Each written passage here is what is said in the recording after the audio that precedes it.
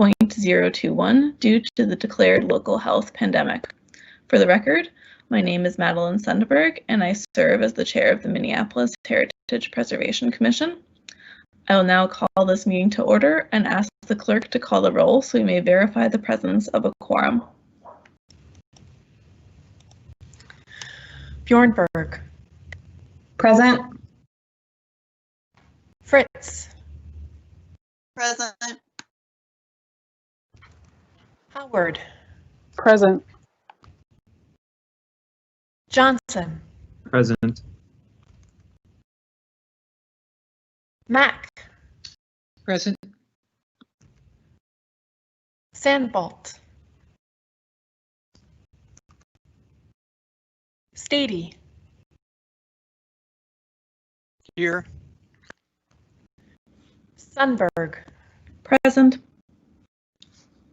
Van der Eyck.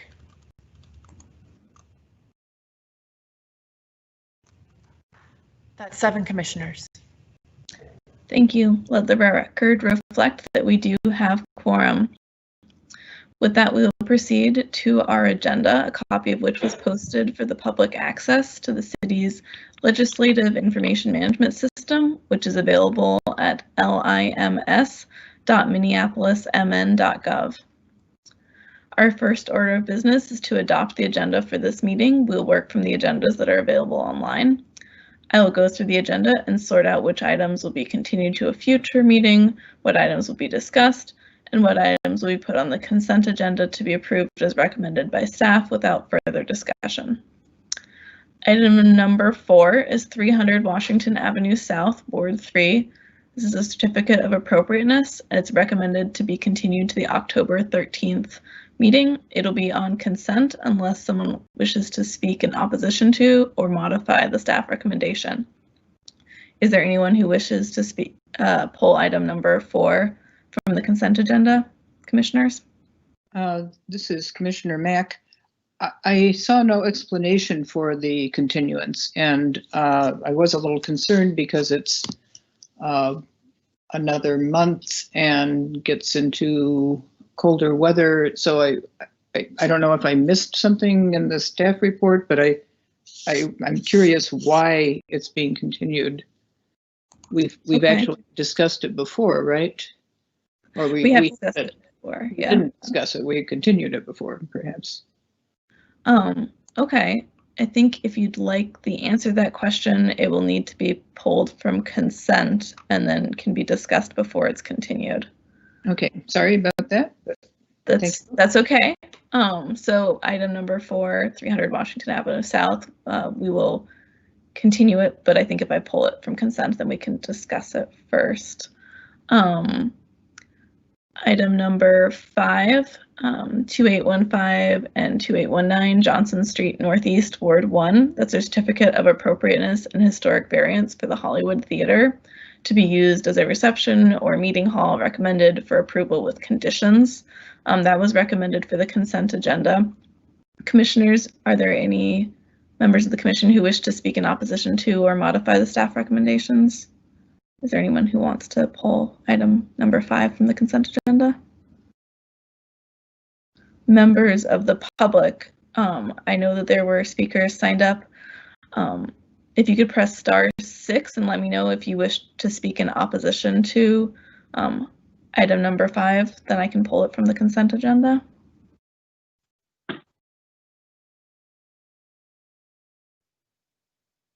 I wish to speak in opposition. Okay, thank you. Number I will 5. pull it from the consent agenda then. So that item will be discussed.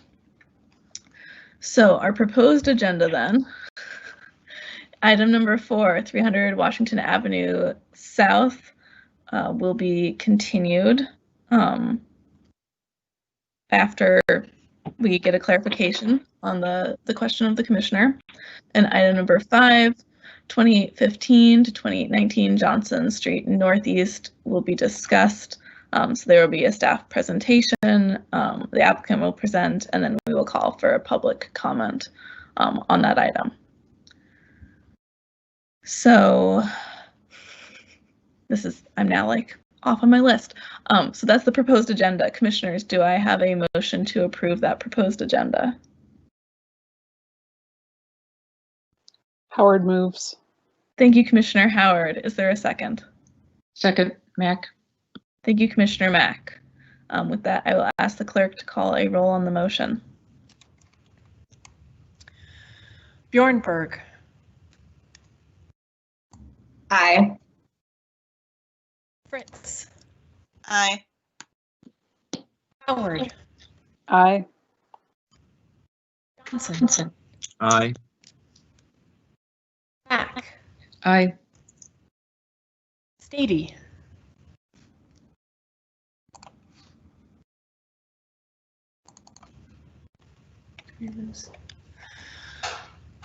Sundberg.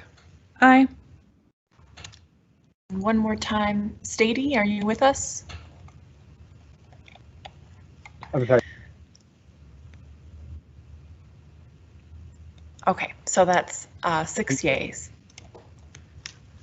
Thank you. The agenda is approved. Our next order of business is to approve the minutes from our August 11th, 2020 meeting. May I have a motion to approve those minutes? Wait, no, August 25th. Sorry, wrong date. August 25th meeting minutes.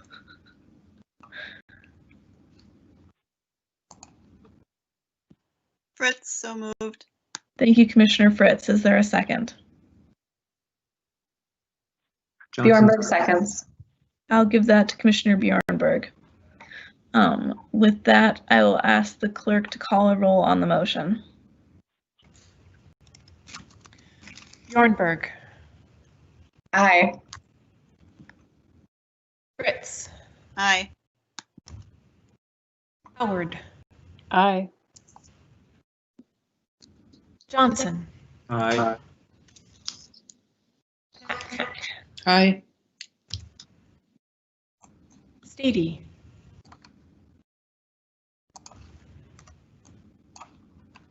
Sundberg. Aye. That's 6 yeas.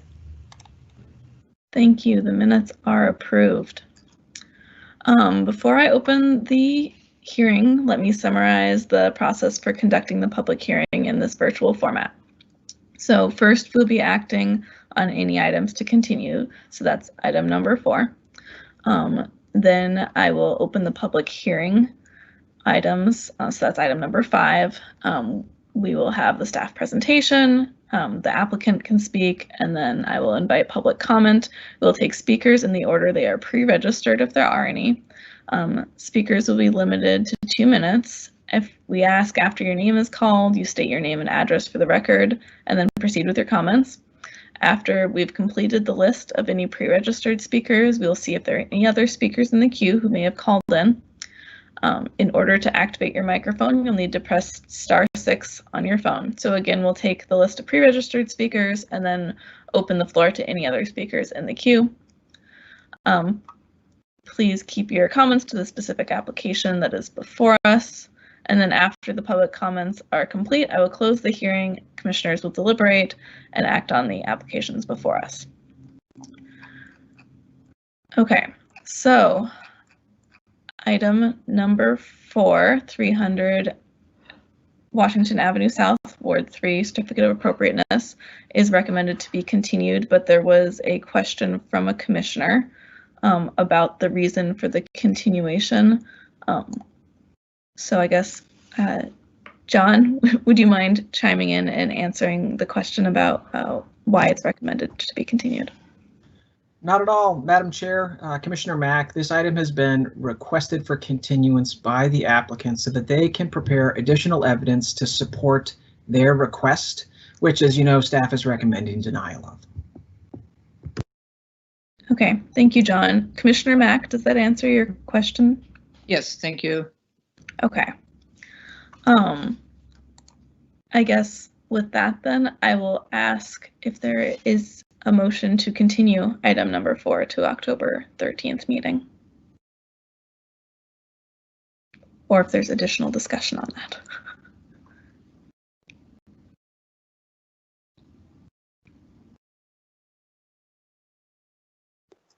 This is Commissioner Howard. I'll move to continue the item to the meeting. Thank you, Commissioner Howard. Is there a second? Johnson seconds. Thank you, Commissioner Johnson. Any further discussion? Seeing none, I'll ask the clerk to call the roll on the motion. Bjornberg. Aye. Fritz. Aye. Howard. Aye. Johnson. Aye. Mack. Aye.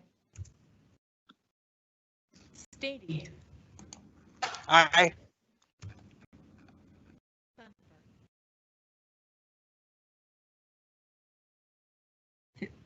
Sundberg.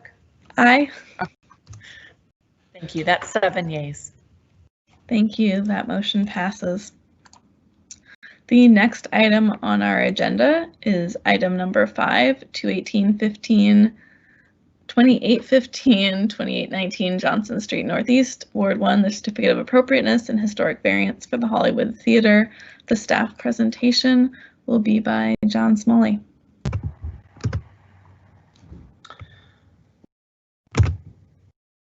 Good evening, Madam Chair, members of the Commission. My name is John Smalley, and I'm very pleased to brief you this evening on 2815 to 2819 Johnson Street Northeast, the proposed rehabilitation via Certificate of Appropriateness of the Hollywood Theater, and the proposed historic variance to use that theater as a reception or meeting hall in the C1 Neighborhood Commercial District. The subject property was built in 1935, designed by Liebenberg and Kaplan, considered significant for embodying streamlined modern architecture, the work of those architects, and neighborhood movie theaters developed during that time period.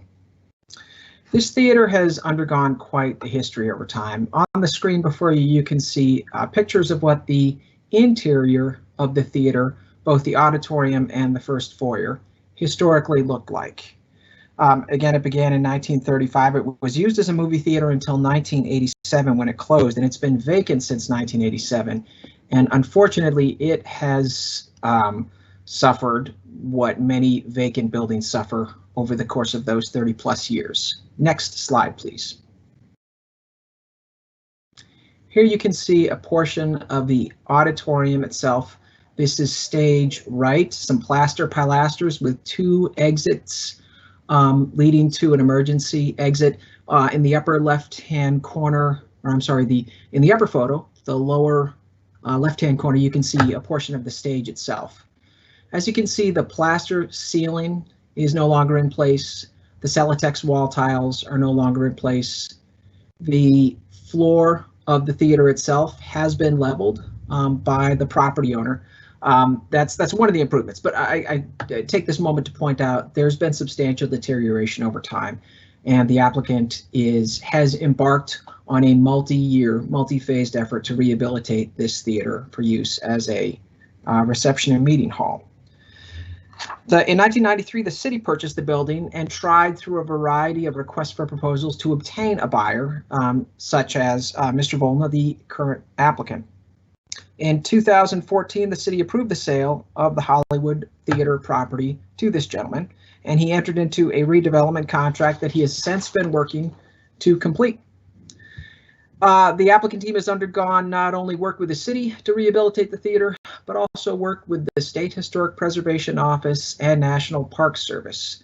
They have submitted a tax credit application and gone through a few amendments to those, all of which have been approved by the National Park Service and the State Historic Preservation Office, with the possible exception of the most recent amendment. I don't have the up-to-date facts on that. I'll let the applicant speak to that. They are present or on the line, and I know they do wish to speak to you as well. The subject property is also located at the intersection of Johnson Street Northeast and 28th Avenue Northeast.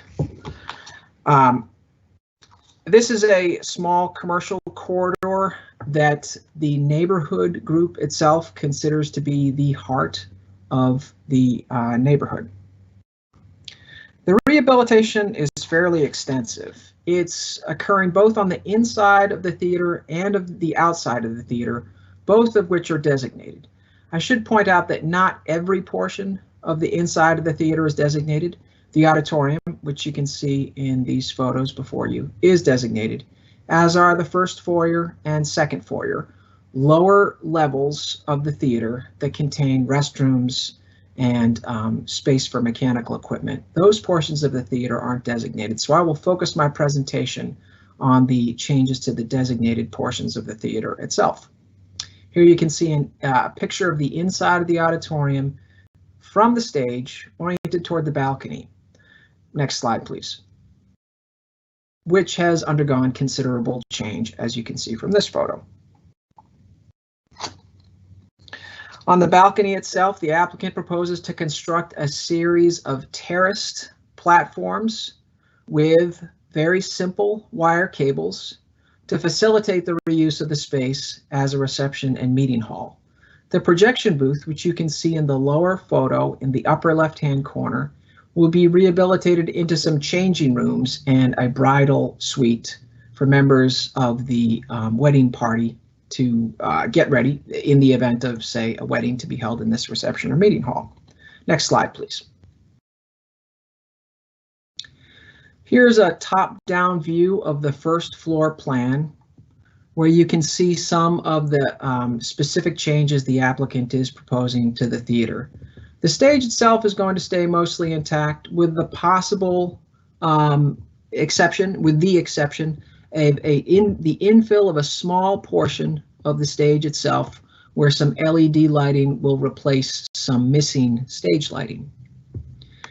The application does not include the leveling of the auditorium floor. That has been approved by you in the past, as well as the Park Service, and you saw a photo of that in a previous slide. These round circles here indicate possible seating configurations, but I will note that there are some changes to the plaster pilasters in the exit area that were necessitated. They're proposed changes that are necessitated by the change in elevation, the flattening of the rake of the auditorium floor.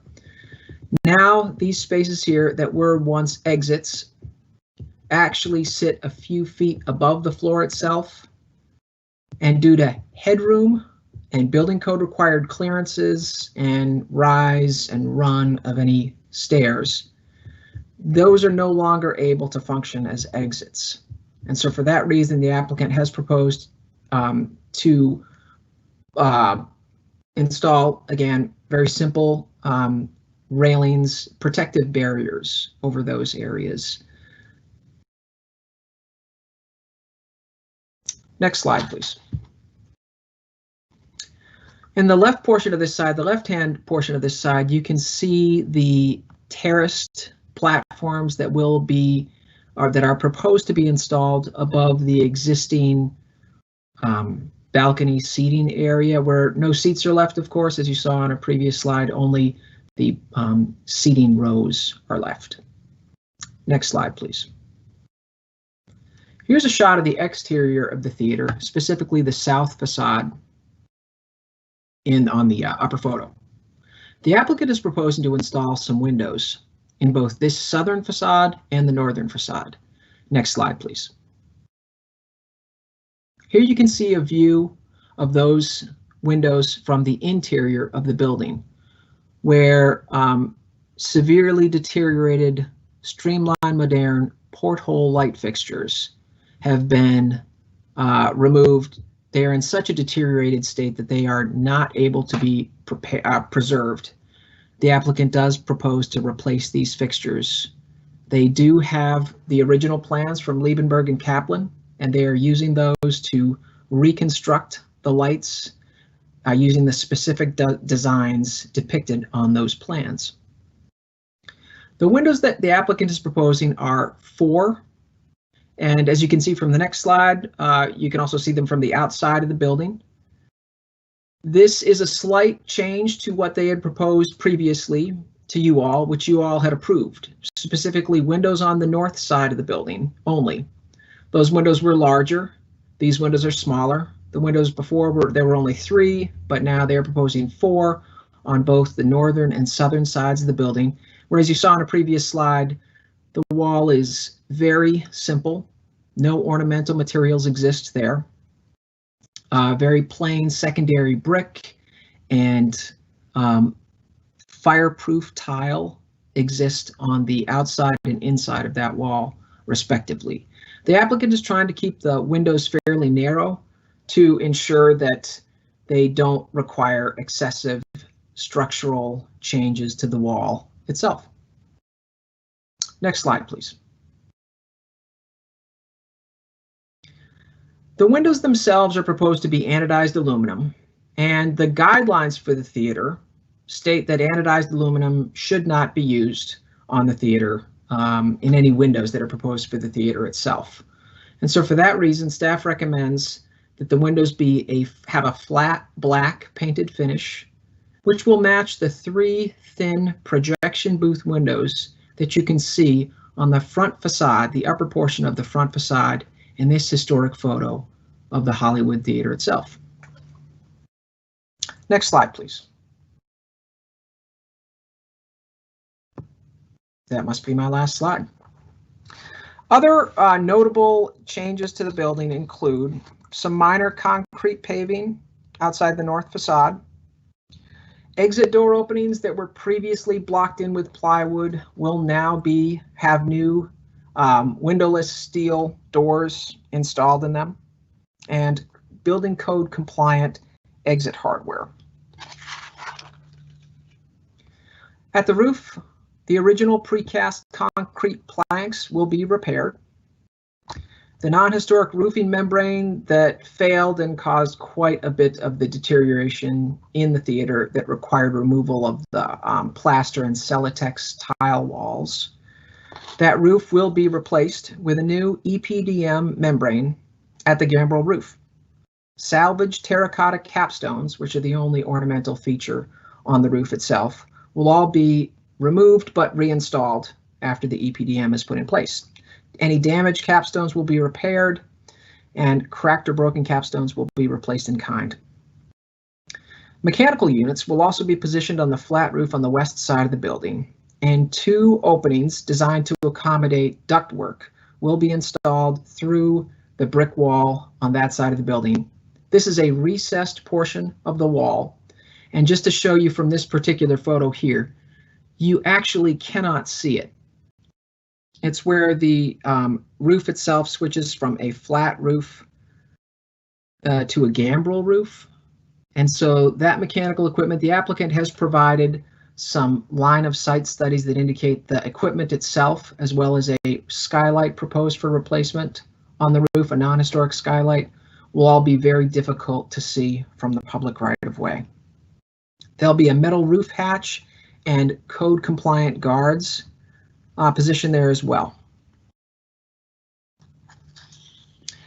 At the leading down to the basement level, the applicant proposes to repair the stairway to include adding a code compliant, some code compliant plexiglass to the guardrail and a code compliant handrail, graspable handrail, to the handrail that stretches down the stairs itself. The ticket booth will have new wood flooring. The lobby and first foyer will have some repaired terrazzo. The second foyer will include space for a kitchen preparation area. This will require the construction of 1 reversible sheetrock wall with a clear story window at the top. This is designed to ensure a food preparation space, which will definitely be needed if the Hollywood Theater is to be reused as a reception or meeting hall. Staff talked about this a lot, both with the applicant and internally, because the theater itself is designed in a very symmetrical manner, as many theaters are, with openings into the auditorium on both sides of the auditorium itself, leading from the first and second foyers. But short of installing a kitchen preparation area in the basement, which would be very challenging given the stairs there, very challenging to do without installing an elevator, which would either damage the historic portions of the interior of the theater itself or require an exterior, very obtrusive exterior addition. Staff in the end recommended approval as the applicant requested, feeling that this kitchen preparation area, a reversible treatment in this second foyer space, is an acceptable way to provide kitchen space within the interior, the designated interior of the historic theater itself.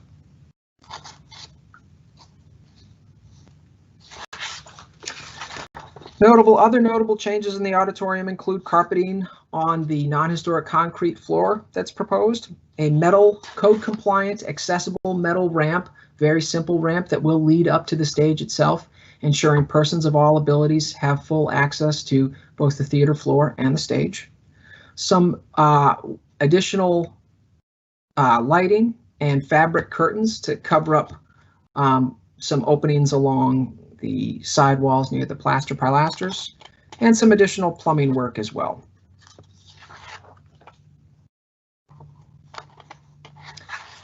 In terms of the historic variance itself, as I mentioned before, this property is zoned C1. That's the city's lowest density commercial zoning. And this theater has, it's remained, low density commercial zoning for many years now. The theater itself obviously has existed since 1935, and it was designed to hold hundreds of patrons. It was built at a time when there was an active streetcar line running along Johnson Street Northeast. Sadly, that line no longer runs. However, the city does have a very frequent bus line that goes by right up Johnson Street Northeast, right outside of the front of the theater. A number of years ago, the city also purchased the lot immediately north of the theater for possible use in the future to provide additional parking should the applicant seek to redevelop that site or seek to support providing parking for this theater itself. It's also worth noting that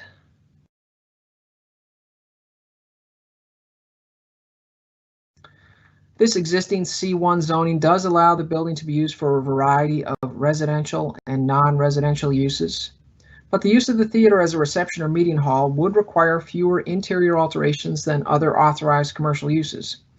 The variance is an effective way to alleviate these practical difficulties due to unique circumstances of the property which were not created by the applicant.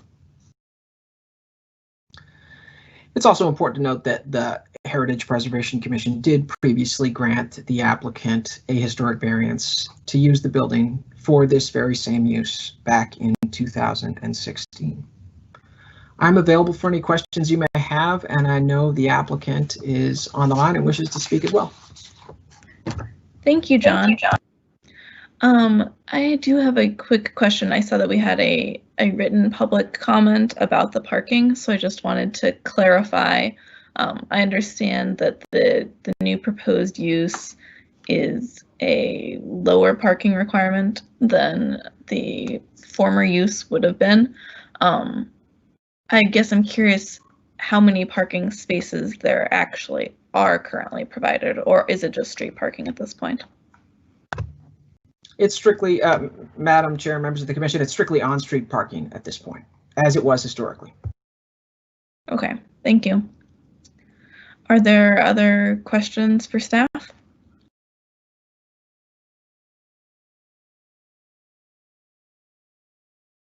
I don't see any at this time. So with that, I will open the public hearing. I believe the applicant is here.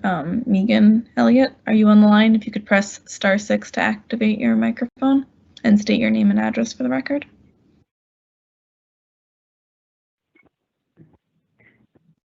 Yes, good afternoon. Oh, you're remuted.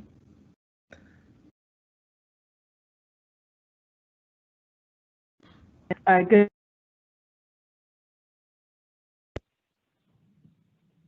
All right. Good afternoon, Commissioners. This is Megan Elliott. Can you hear me? Yes. Okay, great. So let me start by introducing who we have on the line on behalf of the applicant. And then I was just planning to give a 1-minute overview of how we got to be here this evening with you all yet again. And then we are here and available to answer any additional questions. So first, my name is Megan Elliott with New History, and I have with me Quentin Collette, who has been managing the project on behalf of New History. And I also have on the line Andrew Volna, the owner and developer. And just for sound check purposes, Andrew, can you say something to verify that we can hear you?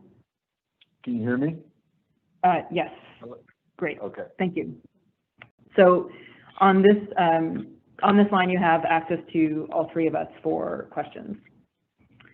So just zooming out, and let me say thank you, Dr. Smoley, for the great introduction to the history of the Hollywood. It's been a long journey, and I appreciate you recapping the city's involvement in the project and how Andrew came to be involved in it as well. So my personal history with the Hollywood Theater, I was first introduced to the building in 2008, and at the time I was a member of the Heritage Preservation Commission, and our goal was to initiate and promote the reactivation of the Hollywood Theater. And recognizing that it was an exceedingly difficult building type to reuse, we did work on a set of guidelines. I think it's actually formally called a framework for the reuse of the Hollywood Theater, and that has been a guiding document for us throughout this project. So we've been in front of you before, maybe not you personally or you as a member of the HPC, although some of you yes, because we've been working on this tirelessly since about 2012. And Dr. Smoley mentioned that this has meant engaging with the neighborhood, with the council member, with you all on the HPC, with city staff. I think we've been through 4 or 5 city staff at this point, as well as the SHPO with the National Park Service. This has been a real journey for all of us on this project team, as well as city staff members as well. So as I said, we've been here before. 2015, we did a major exterior restoration of the building, and that work came in front of the HPC, was also in part sponsored by the Minnesota Historical Society's Legacy Grant Program, went to the SHPO, went to the National Park Service. That included essentially a complete exterior masonry restoration, rebuilding the chimney. It needed to be completely structurally rebuilt, replicating and replacing those signature green tiles, getting the marquee back on, turning the lights on, rebuilding the ticket booth, extensive restoration of the poster cases. I can go on, but it was essentially a top to bottom exterior restoration of the project. And that was from about 2015 to 2016. After that, we worked to find a tenant and to find a viable reuse that would both work with the neighborhoods, what they'd like to see, as well as what could be economically viable in the building. We've also teamed with Hillcrest, and many of you know that Hillcrest was involved very early on with the city in terms of developing a strategy for reuse and in part acquiring the vacant parcel to the north.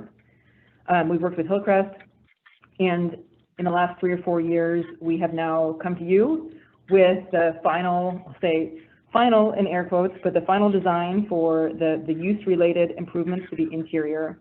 And Dr. Smoley went through those in relative detail, but the intent is to reactivate this building. We have worked to make it a function that does not require, dividing the interior. There's been residential proposals in this building. There's been everything from condos to apartments to you name it that's been proposed and hasn't been viable on the site. So I think we've found a use that, as Dr. Smoley said, we did apply for a variance a couple of years ago. And just given the extreme difficulty of using this building and the extreme difficulty of finding a viable tenant, it has taken us this long to get the project to where it is today, which is why we had to apply for a reapplication of that variance. But I think what you have in front of you is the complete comprehensive set of tenant improvements that we are seeking approval from the HPC. We are absolutely fine with the condition. We accept the proposal or the proposed condition to replace, or I should say, instead of using anodized aluminum for the window frames, we're happy to paint them black. We have suggested the anodized aluminum only to match the historic doors on the front of the theater, but the painted black works just as well for us. And I think there was an earlier question about the, perhaps, I can't remember who asked it, but a question about where we were in the historic tax credit certification process. All of the work that you see today has also been submitted to the National Park Service. They are currently running, we're about 2 weeks behind in getting their response, which is, in our experience right now, in this day and time, pretty typical. And then we do have, like I said, on the line with me, Andrew Bona, developer and owner, myself and Quentin. So we are happy to answer any additional questions from the commission or staff. Thank you, Megan. Are there any questions for the applicant?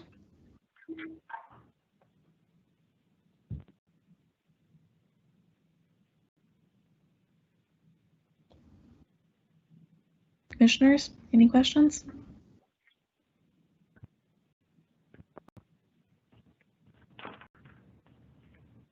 Don't see any, but thank you for your presentation, Megan. Yeah, thank you. Okay, with that, I will open the public hearing for public comments. So anyone wishing to speak for or against this application, again, we'll take the list of pre-registered speakers in order and then open the floor to any other speakers in the queue. I ask that you provide your name and address before making your comments. And when you're recognized, if you could press *6 on your phone to activate your microphone. I believe the next person in the queue is, I apologize if I mispronounce your name, Shuddy Halaby. If you're on the line, press *6.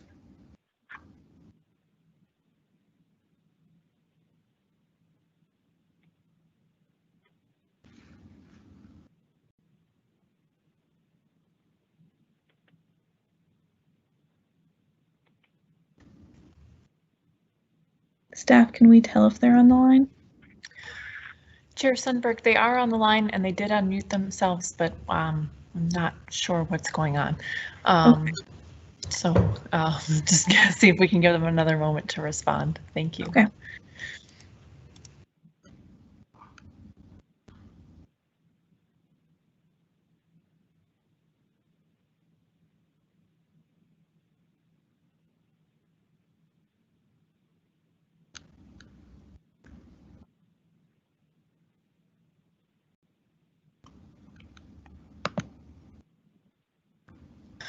Chair Sundberg, it appears they've actually just exited the meeting. Maybe they'll try calling back in. They may call back because... Yes, they may call back. So if you're open to leaving a little bit of time for that. Yeah, I'll give them a couple minutes since they talked earlier. Their microphone seemed to be working before. Right, right. Well, thank you for that. Hang tight.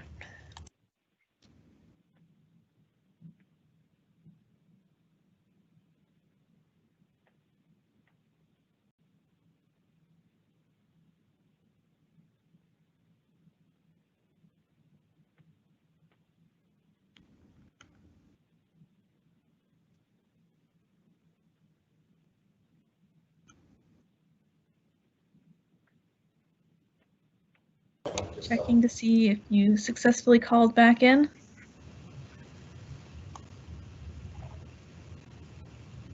Shuddy Halaby, did you call back in? Yes. Yes, I can hear you. Yeah, okay. All right. Sorry about that. So yes, my name is Shuddy Halaby. You were very close on the pronunciation. Thank you. I live at 2935 Johnson Street Northeast. My family's been here since '97. It's my understanding that the purpose of the space to use as an event center was approved in a previous iteration, I believe 2016, with Cowgirls. I also understand that Cowgirls are no longer involved, and I feel as though that acceptance is just as relevant as the denial in 2009. And so using this space as an event center, to me, feels as though we're going to be investing a lot of community time and energy and resources into a building that definitely needs it. I'm happy to see so much work being done on the space, but ultimately it'll leave it vacant most of the time. Event centers, unless it's very well managed and very popular, which again brings in some parking issues that I'd be worried about. Unless it's very well managed, it's not going to be a building that actually brings any sort of vitality to the community. It also seems as though relying on busing instead of what would have been a primary form of transportation back then, a streetcar, it's just not an equivalent. It's a false equivalent. So I wonder how exactly this would help local community building rather than simply being used as a resource for people outside the community to come in and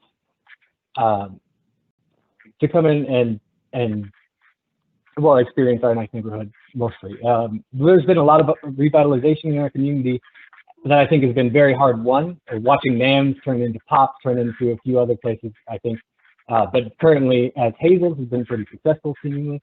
Watching the pizza place change hands multiple times has been interesting. Watching Sarah James maintain its longevity has been interesting. The coffee shop changing hands, it seems, or at least changing designs over time, also seems pretty good. And yet we have this dead area down the block across from the Hollywood Theater because there's nothing over there anymore. Even Easy Way Foods had to close. And so the only thing that it would be attracting would be people for the event, and to have a bridal space or a bridal suite says to me that this isn't about actually making the space better. It's about recouping some losses from investments, which admittedly, yes, it's a lot of money, and I think that we should try to make it a viable solution, but I don't believe an event space is the right call. I believe I only get 2 minutes, and I think I'm about a minute and a half at least, so I think I will drop it there. Thank you for listening. Yes, thank you for your comments. Thanks for calling in. I'd like to check to see if there are any other speakers in the queue. Are there any other members of the public wishing to speak on this application? Chair Sundberg, there are no other callers in the queue. Okay, thank you. Then with that, I will close the public hearing and open it for commissioner discussion. Concerns, comments, thoughts on the application?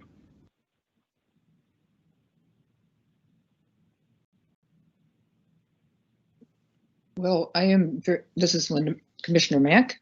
Whoops, I'm supposed to. There you are. Present. This truly has been a long journey. Along with Megan, I was part of the HPC at the time that we toured the building to see what could be done and discuss the idea of flattening the floor, and also the idea of the city purchasing the property next door. So it has been a long time, but it's wonderful to see this application and to see only one pretty small condition on the application from the staff. So congratulations to all for getting this far, and future challenges ahead, I'm sure. But it's good to see it. Thank you. Thank you, Commissioner Mack. I was also thinking back to, I was on the commission, I think, when this came through before, and I actually visited this building in graduate school. So I feel like it is exciting to see this project moving forward. I also do feel like the members of the public have raised some valid points. I understand the argument that an event center is not the most active of uses. It doesn't mean eyes on the street all the time. I think that is valid. I also think that the lack of parking, which I'm laughing to myself as being somebody to bring this up. I don't even have a car, I ride a bike. And so, but for an event center, I can kind of see the argument that parking would probably be used by an event center. I do think the fact that the neighboring parcel was purchased by the city to potentially be used as off-street parking if that becomes necessary, does alleviate some concerns, at least in my mind, for that. But I think if this is the best plan to move forward, I am supportive of it, but I'd like to hear other commissioners' thoughts.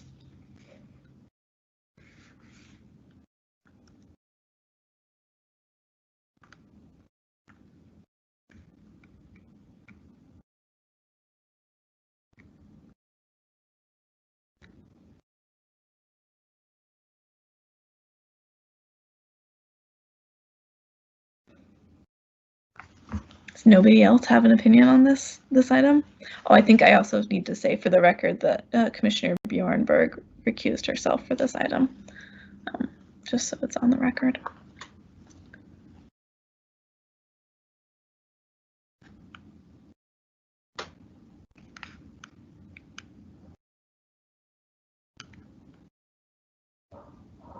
I guess if there aren't any other thoughts, we could have a motion on the item.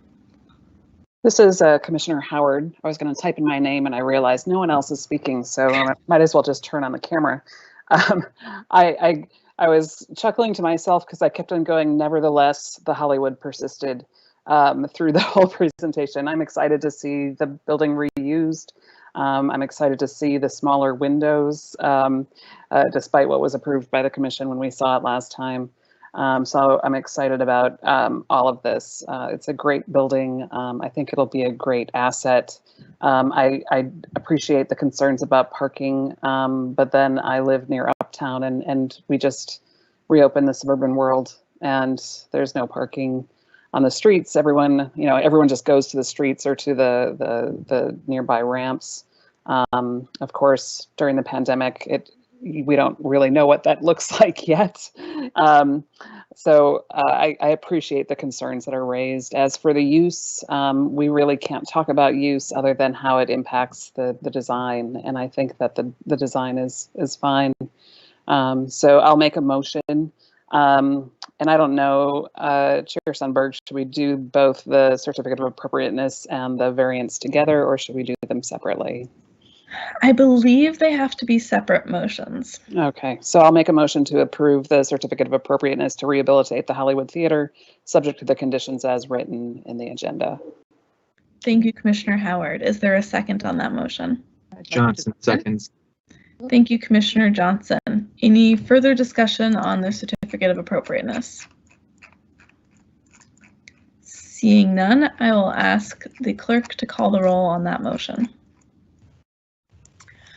As we stated earlier, Bjornberg has recused herself. Fritz. Aye. Howard. Aye. Johnson. Aye. Mack. Aye. Stady. Aye. Sundberg. Aye. That's 6 yeas. Thank you. That motion passes. Commissioner Howard, did you have a motion for the other item? Why, yes. Yes, I do have a motion for the other item. I will move to approve the historic variance to use the Hollywood Theater as a reception or meeting hall in the C1 neighborhood commercial district. Thank you, Commissioner Howard. Is there a second? Second, Mack. Thank you, Commissioner Mack. Any further discussion on the historic variance? Seeing none, I'll ask the clerk to call the roll on that motion. Fritz. Aye. Howard. Aye. Johnson. Aye. Aye. Stady. Aye. Sundberg. Aye. That's 6 yeas. Thank you. That motion passes. You may see the staff for next steps. With that, it concludes our public hearing items, and I believe there are some announcements. I don't know, Andrea, are you doing announcements? Yeah, I am. Thank you, Chairwoman, and thank you, Commissioners. I have a few announcements. One is to remind everybody that the application period for new commissioners to apply to be on the commission closes September 30th. So please continue your recruitment efforts to recruit new commissioners for the HPC. That is coming up in 2 weeks. The other two big announcements I have are the finally coming up with a resolution, two resolutions, as we have lost one commissioner back in March that we did not get a chance to appropriately recognize due to the sort of frenzy surrounding COVID and virtual meetings, and then also another resolution for a commissioner who is stepping down after this meeting tonight. So I will first see if I asked her to sign up on the public comment sign up as a way to let her into the meeting, but I guess I will first see whether or not ask our IT whether or not we have somebody signed up for agenda item 6, Ginny Lakovic. Do we have anybody on the line still? Ms. Burke, we don't have anyone else on the line right now, and I did not see Ms. Lakovic on the call, so I did email her about 20 minutes ago to check in as well, but I have not heard back. All right, thank you. So we have two resolutions as we normally do. I will let's start off with, I kind of wanted to do these together because both of these commissioners started at the same time a really long time ago, only about 2 months apart. But Linda Mack and Ginny Lakovic both started in 2008, which is kind of fitting that we had this particular project to approve tonight, as it has been on for so long. But both have served a very long time on the HPC and have contributed mountains to this commission, and we are so grateful to have had them and their expertise for continuity's sake and for knowledge and experience and things that have happened and kind of guiding new commissioners on their journey on this commission. But I want to, before I direct the clerk to read the resolution, I just want to give a very wholehearted thank you from staff, even though I know I wasn't here in 2008, but as a thank you to all of your years of service and all of your volunteer time, essentially, to sit on this commission and participate and contribute and vouch for historic preservation in the city of Minneapolis. We are, of course, sad to lose you, but are very grateful for your time here and for your input. So I will start with that. I think usually what we do is if we were in person, I would sort of look to our clerk to read the resolutions. But let's start with Commissioner Mack, and then I will let it open to Commissioner Mack to say a few words, if that's okay.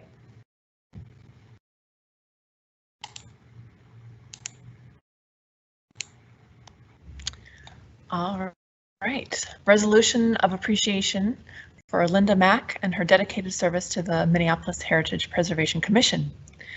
Whereas the Minneapolis Heritage Preservation Commission is the quasi-judicial citizen review panel that provides direction and regulation on preservation business within the city of Minneapolis.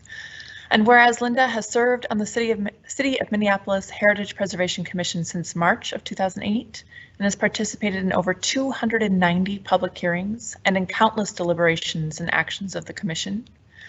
And whereas Linda has helped to shape the preservation of Minneapolis through decisions on properties designated as landmarks, historic districts, and nominations to the National Register of Historic Places. And whereas Linda has demonstrated tremendous dedication and generosity in sharing both her time and knowledge. And whereas Linda has shared her expertise on architecture, historic preservation, urban design, and preservation activism as a longtime writer for the Star Tribune. And whereas the Minneapolis Heritage Preservation Commission wishes to formally recognize Linda's dedicated service to the Minneapolis Heritage Preservation Commission and City.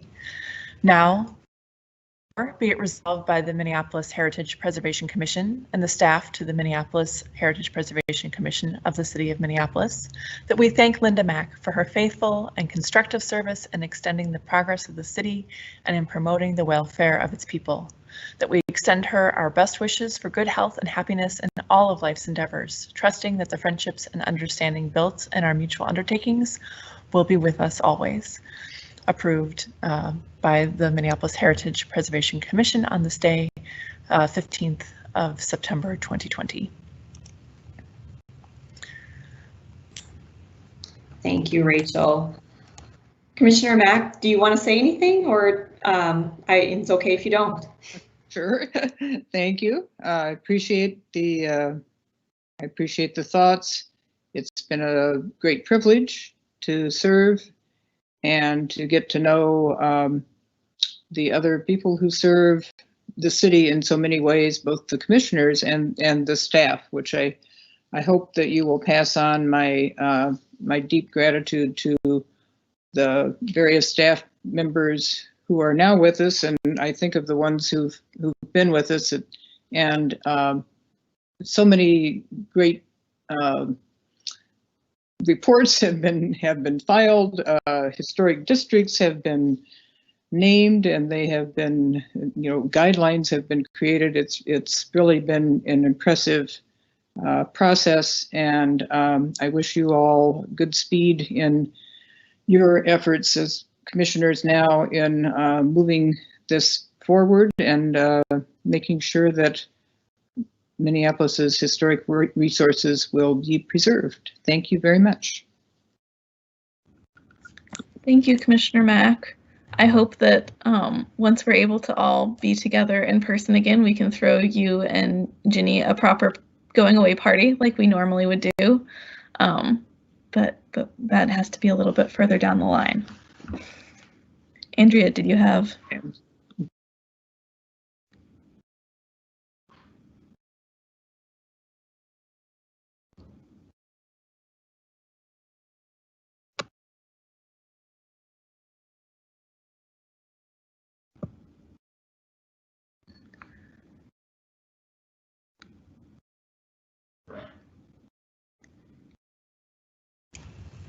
Do we think Ginny's going to join us? Chair Sundberg, I apologize that we seem to have lost the feed for Ms. Burke. I haven't heard back from Ms. Lakovic. I don't know that she will be able to join us, but maybe if we want to give Ms. Burke a second here, maybe Yes. She knows something I don't. Thank you. Yes, I'll give her a moment. Technical difficulties. All right, I think I am back. Can you see me Yes. and hear me? Okay, sorry. I have not heard from former Commissioner Lakovic either. So I think I said we were going to read this resolution tonight, so we're going to read it tonight and properly send her off whether she's here or not. Clerk, if you would please read the resolution for former Commissioner Lakovic. Resolution of appreciation for Ginny Lakovic for her dedicated service to the Minneapolis Heritage Preservation Commission. Whereas the Minneapolis Heritage Preservation Commission is the quasi-judicial citizen review panel that provides direction and regulation on preservation business within the city of Minneapolis. And whereas Ginny has served on the City of Minneapolis Heritage Preservation Commission since January of 2008 and has participated in over 290 public hearings and in countless deliberations and actions of the commission. And whereas Ginny has helped to shape the preservation of Minneapolis through decisions on properties designated as landmarks, historic districts, and nominations to the National Register of Historic Places. And Ginny has demonstrated tremendous dedication and generosity in sharing both her time and knowledge. And whereas Ginny has shared her expertise as a preservation architect and a Steve Murray Award winner. And whereas the Minneapolis Heritage Preservation Commission wishes to formally recognize Ginny's dedicated service to the Minneapolis Heritage Preservation Commission and City. Now therefore, be it resolved by the Minneapolis Heritage Preservation Commission and the staff to the Minneapolis Heritage Preservation Commission of the City of Minneapolis, that we thank Ginny Lakovic for her faithful and constructive service in extending the progress of the city and in promoting the welfare of its people. that we extend her our best wishes for good health and happiness in all of life's endeavors, trusting that the friendships and understanding built in our mutual undertakings will be with us always. Approved by the Minneapolis Heritage Preservation Commission on this 15th day of September 2020.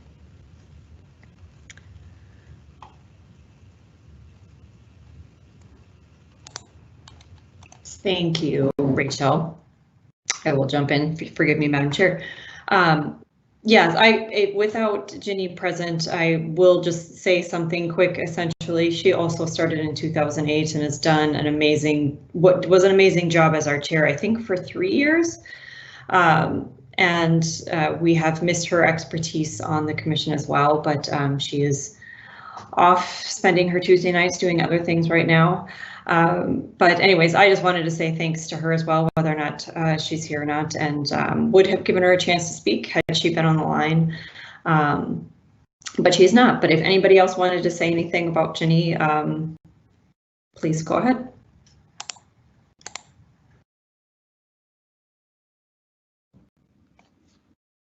I guess I'd like to thank both Ginny and Linda. I know a group of us that joined the HPC not that long ago. It's been really great having both of you to help us as we've moved into our new roles. I know as chair, it was really helpful having both of your expertise on the commission.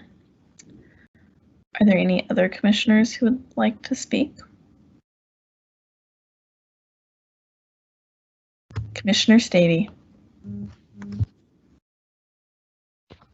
Hi, yes, I'd like to say that I really appreciated working with both of them, and for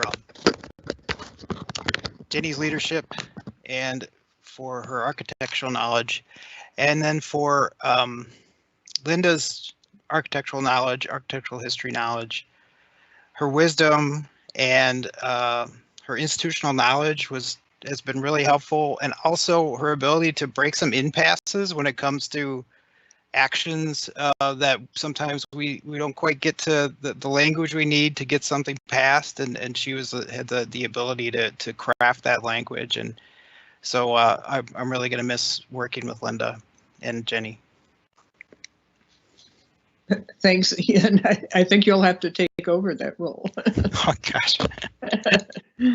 And Madeline, it's been fun to see you move so confidently, and maybe not confidently, but it seems confidently into your new role, and especially with the virtual format. I mean, it's not easy, and you do a great job. So, and it's fun to see you all take on this new task.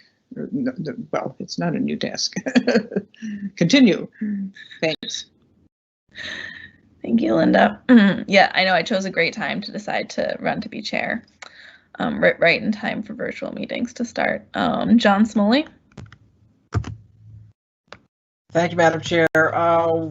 Commissioner Mack and Lakovic, wherever you are, it's just sad to see you go. You have been such constants in my professional life here with the city of Minneapolis. I also joined in 2008, but you joined before I did. And so you have always been there. As other commissioners have come and gone, people have literally arrived and left their service on the commission during the time that you have stuck with us for over 290 meetings. That is just mind-boggling. And so I want to say thank you to you both.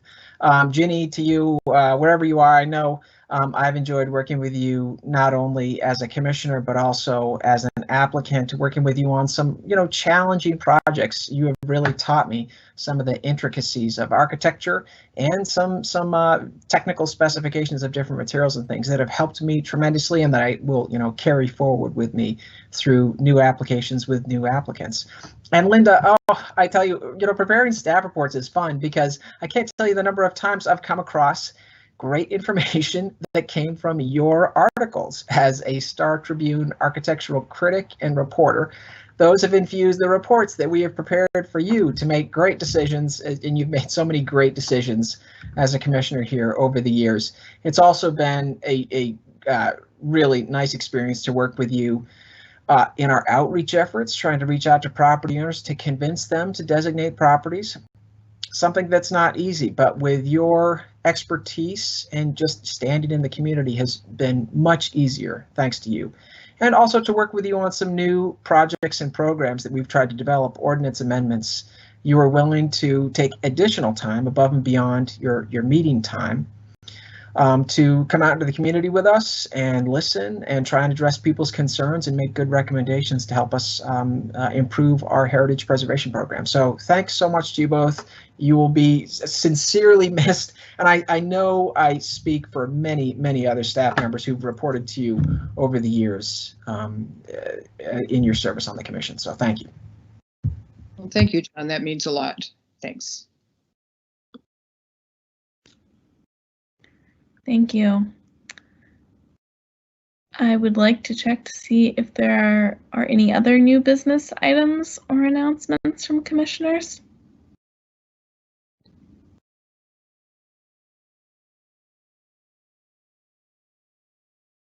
I don't see any. Well, with that, we have completed all the items on the agenda for this meeting. So there being no other business this meeting, I will, without objection, declare this meeting adjourned. The next regular meeting of the HPC is September 29th, 2020. Thank you, everybody. Have a good evening.